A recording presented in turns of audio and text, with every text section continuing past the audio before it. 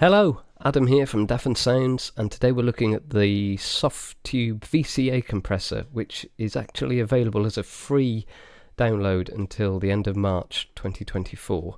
I think the majority of people seem to think it's based on the DBX 160 VCA compressor, although I and a few others have a sneaky suspicion it might be based on something more like the DBX 165A or something similar. There's a lot of extra features that you don't get on the 160, and that makes it a very versatile bit of software.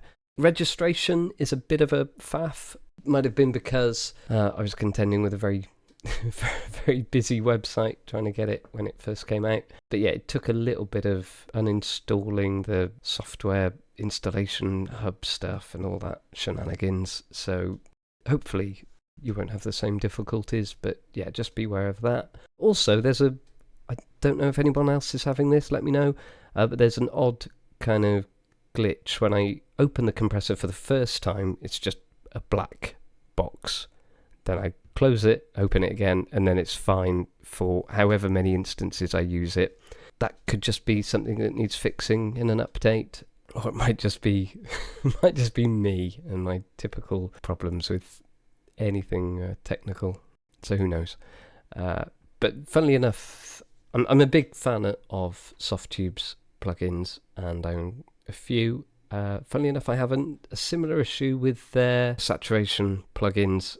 I'll open it and then it's fine. The next time I open it, and all subsequent times I open it, it's distorted, it's stretched in a funny way, and yeah, it's just one of those things. It fixes itself when I adjust the scale of the GUI, but yeah, who knows. Anyway, let's have a look at it in action.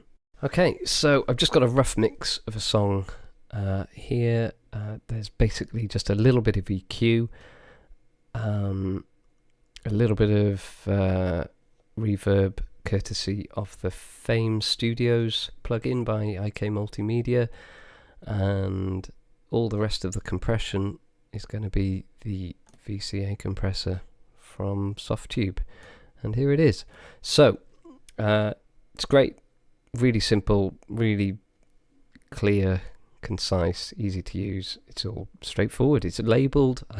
I'm gonna say what they all are, even though it's obvious. Compression, ratio, attack, release, high frequency makeup, stereo link, punch, filter, external. These are all the sidechain elements, and you can do the external sidechain up here. There's the output drive, wet and dry, and yeah, nice to have input and gain reduction meters, and the output knob. It's scalable, which is always handy, and yeah, looks lovely, let's face it. So let's have a look at an example. So I've just got it on a kick drum. Let's have a listen to it without the compression. It's just EQ.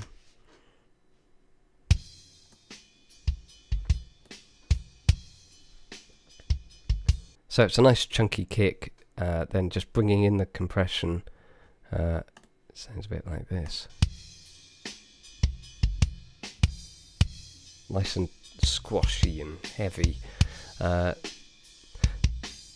So for a lot of these examples, I just went through some of the presets and then adjusted from there. So kind of attack and release times and other elements are set with that and the ratio, and then it's just a case of adjusting the compression knob. So basically when the compression's kicking in, the little red above light will come on like that, you see.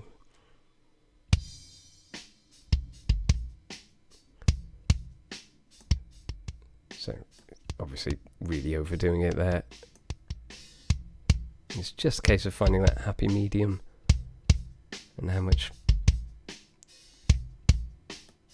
space you want. It's a really aggressive compressor. It's like just squashes everything.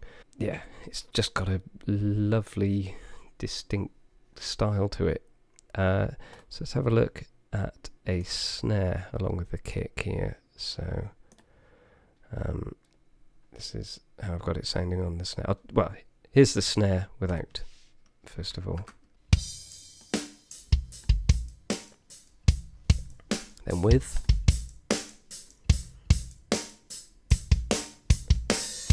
So I'm not doing masses of gain reduction because as soon as you do, it really compresses it. It's great. It's so powerful. So I'm just using it just to catch that initial hit.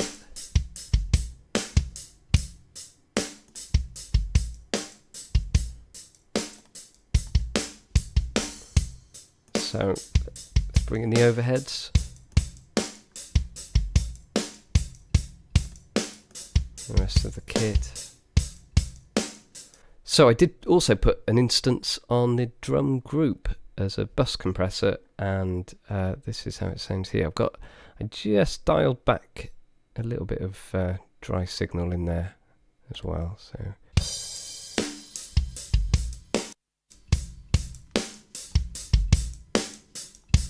it's really squashing it there, but it doesn't need that much.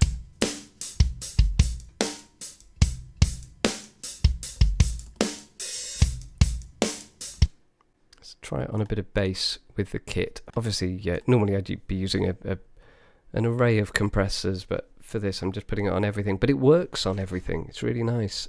So I'm playing an old cheap Dan Electro Longhorn bass on this. I think it's from the 80s, but it's very kind of dead wooden sounding bass. But yeah, okay, here's it without.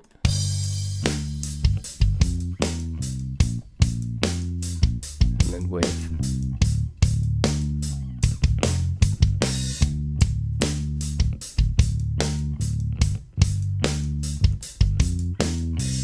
Just smooths it out.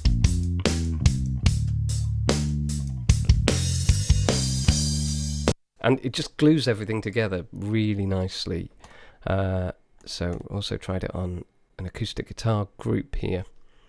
Just left and right. And this is it without.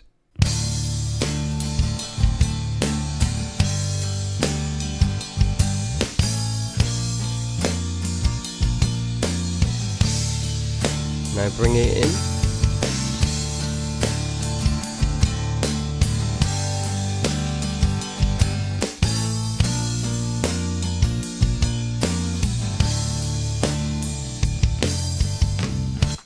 As you can tell, realizing then it's like, oh yeah, I've overdone it a little bit. It's really easy to kind of compress too much with it.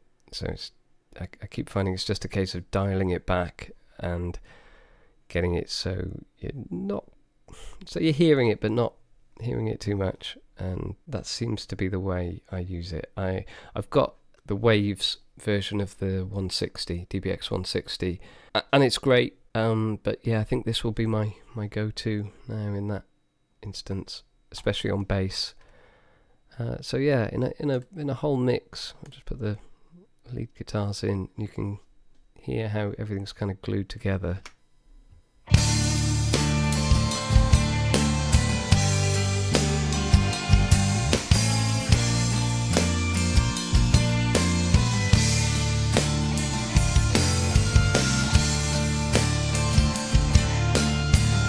So if we take all these instances off, just bypass them, you can hear how it sounds without them.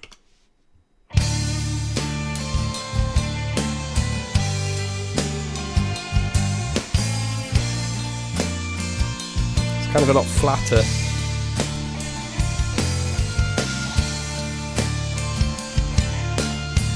Bringing them back in now.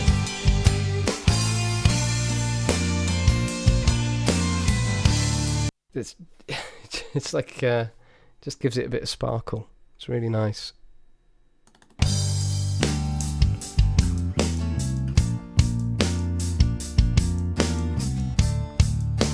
Squelchy kick, really nice controlled bass and snappy snare, and it's like the difference as well. I'll just take you through a couple of the presets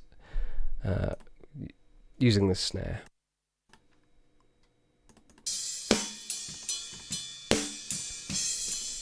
So here we've got quite an aggressive, catching it like that. Got a fast snare. Oh, listen to that.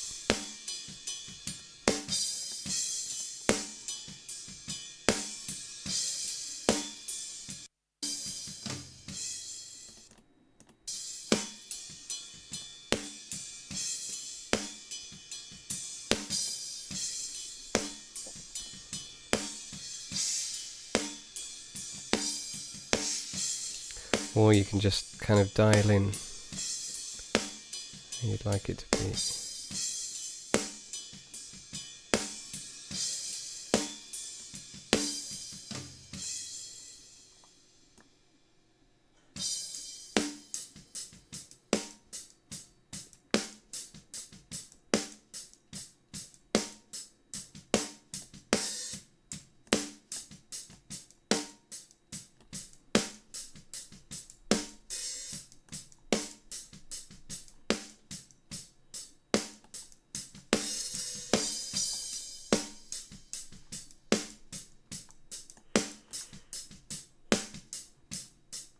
So yeah, a really versatile compressor.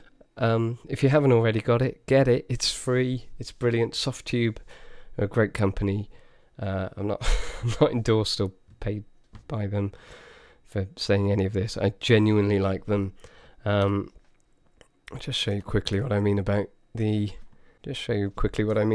Saturation knob. I'll open it here. Oh, this is just gone black. This is what the compressor plugin does when I open it first. Then I'll close it, reopen. Fine. That's interesting.